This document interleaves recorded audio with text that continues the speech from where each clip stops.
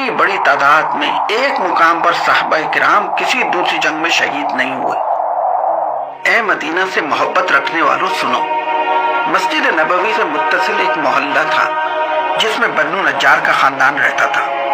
اسی خاندان میں ایک عظیم خاتون ام عمارہ رضی اللہ تعالی عنہا تھی، جن کے دو بیٹے تھے عبداللہ اور حبیب رضوان اللہ علیہم اجمعین۔ ام عمارہ کو رسول اللہ صلی اللہ علیہ وآلہ وسلم سے بڑی محبت تھی۔ تاریخ میں آپ خاتون احد کے نام سے مشہور ہیں۔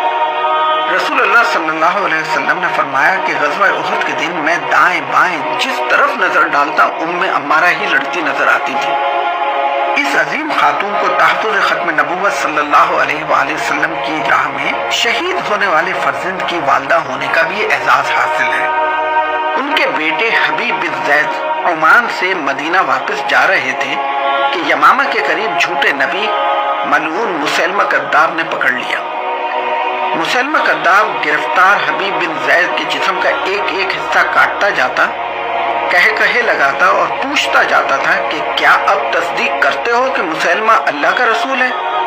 آپ رضی اللہ تعالیٰ عنہ کا ایک ہی جواب ہوتا تھا کہ محمد صلی اللہ علیہ وسلم اللہ کے آخری رسول ہیں۔ اسی تشدد کے دوران حبیب بن زید کی شہادت ہو گئی۔ آپ قیامت تک ختم نبوت صلی اللہ علیہ وسلم کی راہ میں قربانیاں دینے والوں کے لیے مثال بن گئے۔ ام عمارہ نے اپنی بیٹی کی شہادت کا سنا تو اللہ کا شکر ادا کیا۔ ام عمارہ کا اللہ کے نبی سے محبت کا قصہ یہاں ختم نہیں ہوتا۔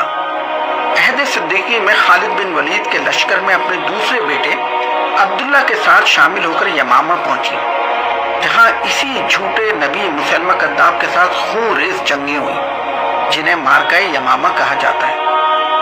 ان جنگوں میں 1200 صحابہ رضوان اللہ علیہم اجمعین نے تحفظ ختم نبوت کی راہ میں جام شہادت نوش کیا۔ اتنی بڑی تعداد میں ایک مقام پر صحابہ کرام کسی دوسری جنگ میں شہید نہیں ہوئے۔ سعودی عرب کے دارالخلافہ ریاض سے 40 کلومیٹر کے فاصلے پر الجبیلہ میں ایک قبرستان ہے، جہاں ختم نبوت صلی اللہ علیہ وسلم کے تحفظ کے لیے شہید ہونے والے جاں نثار دفن ہیں۔ رسول اللہ سے محبت رکھنے والوں ذرا غور سے سنو، ام عمارہ، بیٹا عبداللہ اور وحشی بن حرب رضوان اللہ علیہم اجمعین جنگ یمامہ کے دوران اس جھوٹے نبی کو تلاش کرتے کرتے قریب پہنچ گئے اور ایک ساتھ وار کیا، لیکن وحشی کی برچھی نے اس ملعون کو جہنم واصل کر دیا۔